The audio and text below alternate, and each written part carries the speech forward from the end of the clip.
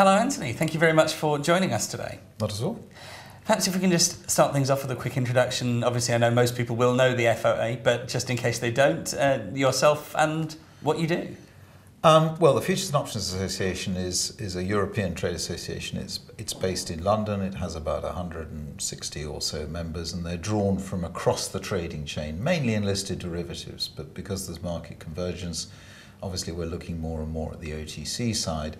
But that said, I mean, it's exchanges and it's commodity houses, it's investment banks, broker-dealers, oil majors. It's quite a mixed bag across the trading chain.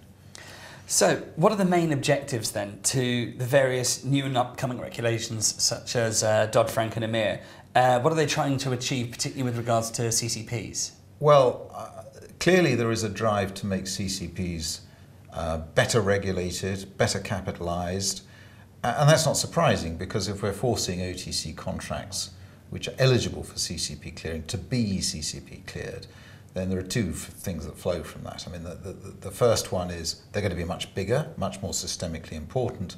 And the second thing is that shifting the base of the contracts that are CCP cleared may actually shift the risk profile of a CCP. So, in other words, that's the drive. What we need to be careful about is just to remember that the safer an organisation is, the more costly it is to use. Safety doesn't come cheap. Absolutely. So, what are the most common pitfalls you see that trading firms fall into when it comes to managing counterparty risk? Well, size was always the sort of one of the measures. If someone was big and had a big balance sheet, you would automatically assume they were safe. And I think one of the things we've learned is that doesn't necessarily follow. I think the other thing, there has been great reliance has been placed on credit rating agencies. And I think, again, the regulators and others have said, look, we need to be more careful about this. You can't just put all your reliance on a CCP, on a rating, credit rating. So a couple of lessons there, but I would say the biggest lesson possibly is risk happens, defaults happen, so you need to know where your money is. You need to be able to know what client money protection is about, what client asset protection is about. You need to know the differences between when it happens, what's the difference between having your positions liquidated and what's the difference between having them transferred. So I think there's an awful lot of explanation and understanding about the consequences of what happens when there's a default for people who are involved in that default and who have money invested in a clearinghouse or in the OTC market. Again, it's slightly different, the level of counterparty risk. And do you think this increased regulation and transparency in clearing will enable us to build the foundations to prevent the next financial crisis? No. Because, no, I mean, simply because at the end of the day, clearing is almost like post-crisis mitigation of the consequences of a crisis.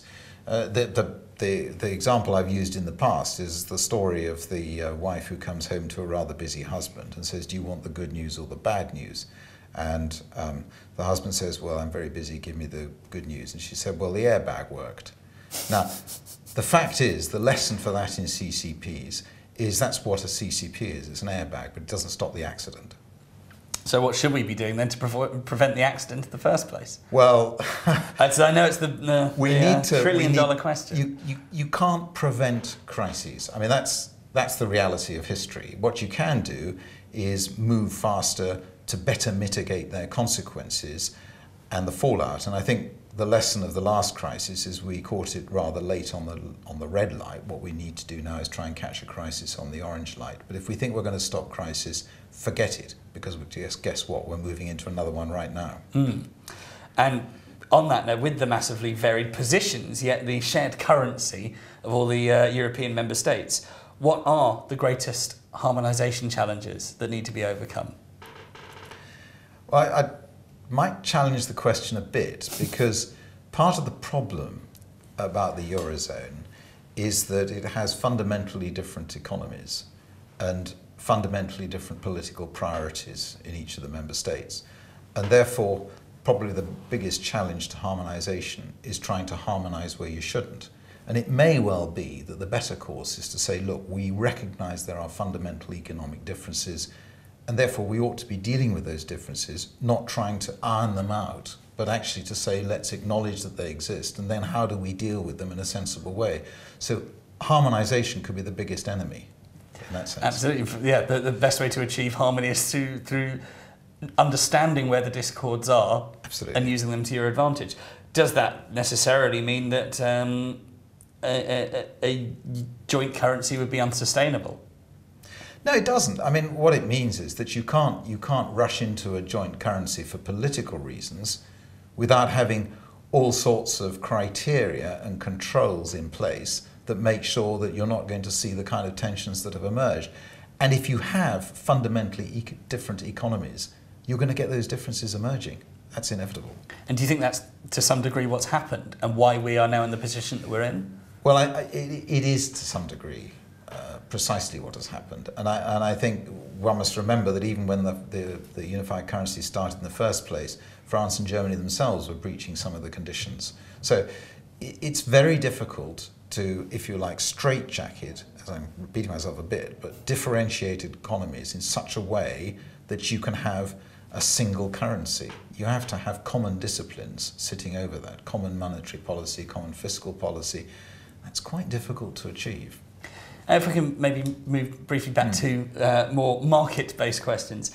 What are the dangers and costs of regulatory arbitrage, and what questions should companies be asking themselves before attempting to get involved in this area? Look, the first principle in all of this is everyone wants regulatory coordination.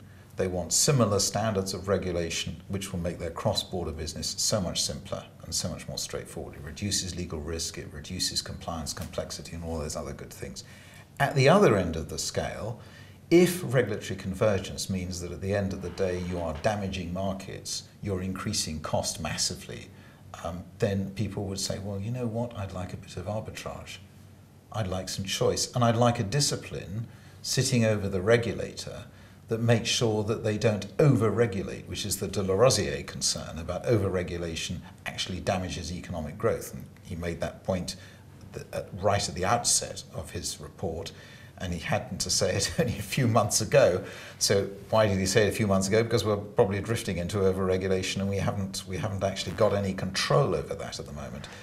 Absolutely. It does seem like a lot of the regulations are taking a very deliberately broad brush approach, where perhaps because they're not entirely made by people in the industry, that there's quite a lot of politics at work there as well. So they're applying regulations to finance as if it is a single object to all asset classes, when actually it needs something a little more granular than that, and therefore you've got a harmonised regulation without a united regulation.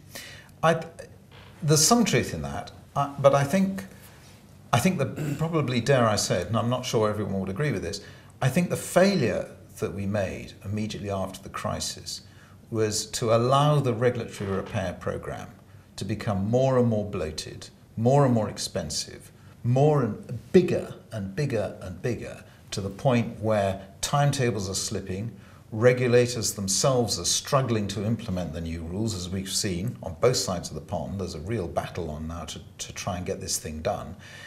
And we're entering into the next crisis. So maybe we should have had, and certainly we made this point at the outset, was we should have a two-stage approach, which you do what is necessary, focused, and absolutely, if you like, driven by the lessons of the crisis. What are the must-dos?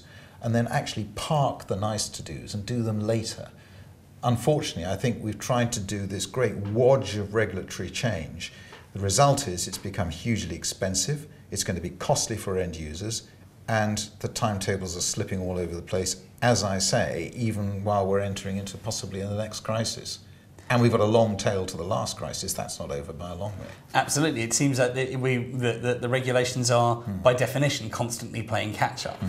That there'll always be issues that need to be addressed and resolved, and rather than simply approach them, everything is a new program.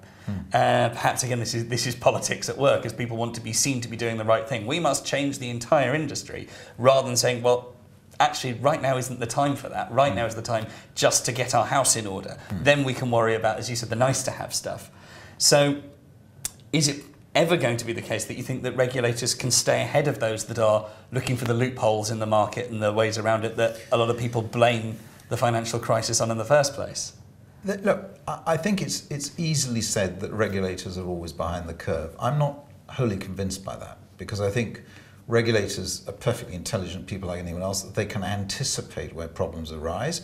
If you look at most of the risk kind of annual statements that were made by the FSA and some of the big international standard setters, they were predicting some of the ingredients of the crisis before they happened. They were picking up, if you like, messaging, economic messaging that was going on and financial messaging that was going on, which taken to a natural conclusion would lead to a crisis. So I think regulators can and often do predict consequences. They do try and do that, but you're absolutely right. The reality is they will always be one step behind a fast-moving, innovative, changing marketplace. But their role really is to keep the gap as tight, as narrow as possible. So I'm not always convinced by the argument that says they're always behind the curve. I don't think that's necessarily always true. So just finally, because we are nearly out of time, but again, focusing back on OTC derivatives, can we achieve increased financial stability and capital efficiency at the same time when clearing OTC derivatives? I'd probably unpack that question a bit. Okay, unpack away. I think the answer is when you're looking at OTC regulatory repair, no one would quarrel with the need for the fact that what are opaque, interconnected, fairly leveraged markets need to be closely regulated. That's a given. And much of what's being done at the moment is driving in that direction and driving in a good way in that direction. Come back to the point, though, we must be careful not to be overly policy-driven to say OTC markets are bad, other markets are good, because that leads you to distorted regulatory outcomes. That's not the point. The point is actually making the OTC markets safer. And that's critical because many contracts, many smaller specialized markets actually lend themselves to an OTC marketplace rather than a big, expensive multilateral marketplace. And at the same time, and I've made the point before, OTC markets are often the birthing pool of new markets which grow and then eventually can transfer, in terms of their standardized core contracts, onto a multilateral marketplace. We need to nurture the OTC markets, but we also need to make sure that they are properly capitalized and that the risk is properly addressed. And that's not been properly addressed in the past. So I think we're dealing with that, but let's not oppress them. So, as my very final question, obviously you're going to be at the TradeTech Swaps and Derivatives conference later in the year. You're going to be moderating a lot of panels. What is it you're most looking to get out of the event? Gosh, I think a better sense of proportionality, if a better awareness of the need for proportionality in terms of, and I come back to the same balance between facilitating economic growth and introducing tougher and better regulations. We need to get that balance right because we are at a time when we need economic recovery and I'm not sure we've got the balance right. So I think that would probably be one of the core messages. And at the same time, let's accommodate market diversity. Let's not try and take that out of the marketplace. And that means we need functionally driven, properly risk-driven regulation. But it doesn't mean that we need to compress the market or drive sameness into the marketplace. That's really the messaging that I hope will come out of it. Well, thank you very much for speaking with us today, but that we really have run out of time now. But if you would like to find out more, of course, you can visit foa.co.uk for more from the Futures and Options Association. And if you'd like to find out more about swaps and derivatives, download white papers, reports, and more interviews like this, you can visit tradetechderivatives.com.